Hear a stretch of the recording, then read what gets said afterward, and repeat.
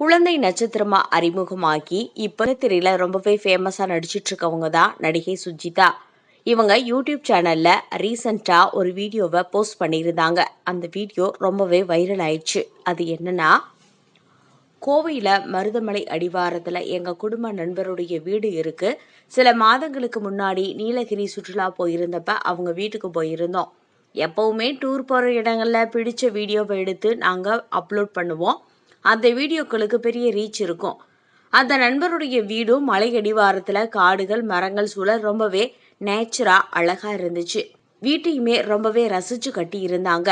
அதனால பார்த்த உடனே ஒரு ஹோம் டூர் போடலாமான்னு அவர்கிட்ட கேட்டுட்டு தான் நான் போட்டேன். அதுக்கப்புறமா வீடியோட எல்லாத்தையுமே நான் பதிவு செஞ்சிருந்தேன். அப்படி பதிவு செஞ்சப்போ அவங்க வீட்டில் இருந்த ஏர் ரைஃபிள் வகை துப்பாக்கியான அவற்றை வீட்டில் வைத்திருக்க லைசன்ஸ் தேவையில்லை அப்படின்னு சொன்னாரு. அவங்க வீட்டில் இருந்த அந்த துப்பாக்கியும் சேர்த்து தான் நான் போட்டிருந்தேன். அதுக்கப்புறம் இதை பார்த்து ரொம்பவே எல்லாருமே கமெண்ட் பண்ண ஆரம்பிச்சிட்டாங்க. அதாவது தப்பு தப்பா கமெண்ட் பண்ண ஆரம்பிச்சிட்டாங்க. வனப்பகுதியில் வச்சிருக்கிறதால சும்மா ஒரு பாதுகாப்புக்காக கூட அவர் அதை வச்சிருக்கலாம்னு தோணுது. ஆனா அவங்க எப்படி அதை வச்சிருக்கலாம் அப்படின்ற நோக்குல சமூக ஊடகங்கள்ல இதை பத்தின விவாதங்கள் போயிட்டு இருக்கு. வாய்க்கு வந்ததையெல்லாம் பேசுறாங்க. வன விலங்குகளை வேட்டையாட வச்சிருக்கிற துப்பாக்கியா இருக்கலாம் அப்படின்னு இஷ்டத்துக்கு பேசுறாங்க. சட்டத்துக்கு புறம்பான எந்த விஷயத்தையும் அவங்க பண்ணல. அதனால இந்த செய்தி கேள்விப்பட்டு அந்த நண்பரே எங்கிட்ட கால் பண்ணி பேசினாரு.